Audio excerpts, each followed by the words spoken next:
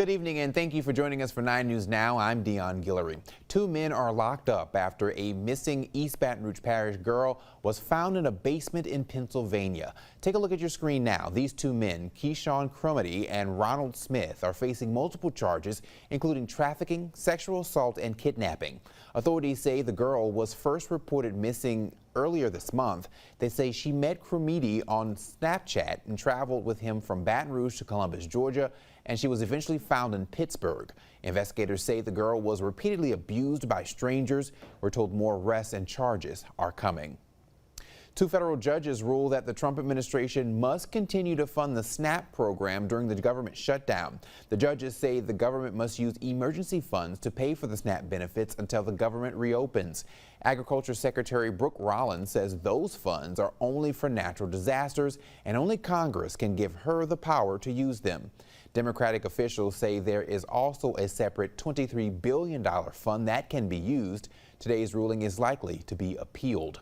Meanwhile, the Louisiana Department of Health has this timeline for state-funded SNAP benefits. This is the plan to provide money for children, the elderly, and those with disabilities. Starting tomorrow and throughout the month of November, the state will load 25% of the monthly benefit every week. This will not happen all at once. Health leaders also say they are furloughing more than 780 SNAP employees because of the government shutdown. That will take effect on Monday. Don't forget, early voting kicks off tomorrow, so make sure to check that ballot of yours on govote.com and do your voting duty. Early voting runs through November 8th, except of course on Sunday, that's November 2nd. Polls will be open each day from 7 a.m. to 8 p.m. Happening tonight is the first night of Boots on the Bayou Music Festival at the Lamar Dixon Expo Center in Gonzales. Fans are in Ascension Parish from all over the world. The general manager says there are big crowds. Fans are here to see the stacked lineup over the weekend. They will see big names like Chris Stapleton, Keith Urban, and our South Louisiana American Idol star John Foster. Tailgating and performances continue throughout the day on Saturday. All right, let's talk a little weather now. Dark picture there, but Henry, it's a little chilly out there. Yeah, a bit on the chilly side. Falls River, no matter where you're at, those temperatures quickly falling as we go throughout the next several hours. But for your morning low, many of us will dip into the 40s once again. A chilly start and sunny, but then we start to see the clouds build and our temperatures kind of rise due to more of a easterly and southeasterly wind at times.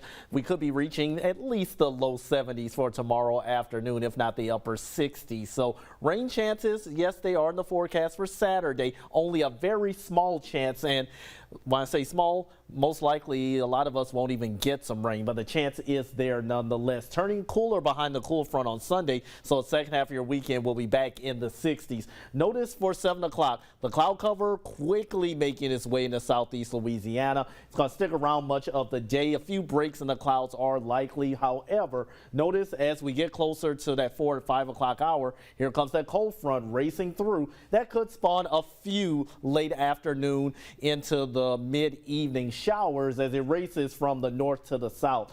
As we get close to midnight, that's when the cold front is practically through much of the viewing area, and we start to see nicer weather settle in time for your Sunday. So the weekend, not expected to be a problem, especially when it comes down to football and outdoor plans.